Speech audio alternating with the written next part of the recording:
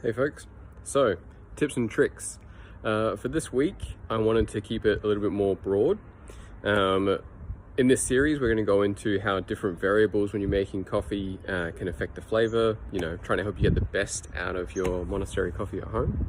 Try and get those flavor notes that you read on the pack. We're also going to go into other things about origin, about farming, getting the coffee to Australia, anything you can think of. If you have suggestions, feel free to DM us and send them in. But for this week, we're going to go with extraction. We're going to talk about variables when it comes to extraction. This applies to both espresso and filter coffee or brewed coffee. So think plunger, drip coffee, AeroPress, whatever it might be. My tip for this week is whenever you're changing your extraction, whenever say your brew wasn't perfect, you want to tweak things to get the best out of it, only ever change one variable at a time. That's the biggest tip. That's the most important one. All the things, and variables in this case are things like how fine or coarse the coffee is ground, the temperature of the water, how long you're brewing for, how much you agitate the brew, all those things. They're all variables. I guess you could throw in there roast level as well, but that's outside of your control once you've bought the coffee. Each of those things is going to affect the flavor. It's going to either increase or decrease the extraction, and then also potentially change the evenness of the extraction, but that's its own video, absolutely.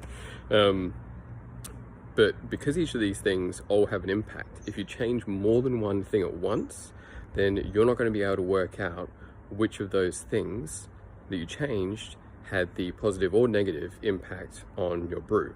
So say my coffee is a little bit under extracted. Maybe it's a little bit sour and a little bit too thin, a little bit too weak. What I'm going to do is only change one of those variables. Now that might be, I might grind a little bit finer, which would increase the extraction, or use hotter water, agitate longer, steep the coffee for a bit longer.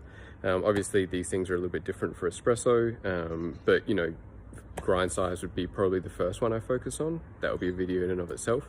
But the trick is, whenever you're changing your extraction, to only change one variable at once. Then you can taste the coffee afterwards. Was it better or worse?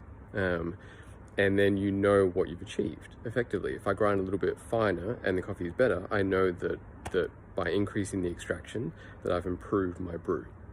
Now, if it doesn't improve the brew, then you can go back to where it was before and change one of the other variables, or change that variable in the other direction. But if you change more than one thing at once, you won't be able to work out which of those changes had the impact on your brew that it did. So that's our tip for this week. Change one variable at a time. Oh, and I'm going to throw in a bonus tip.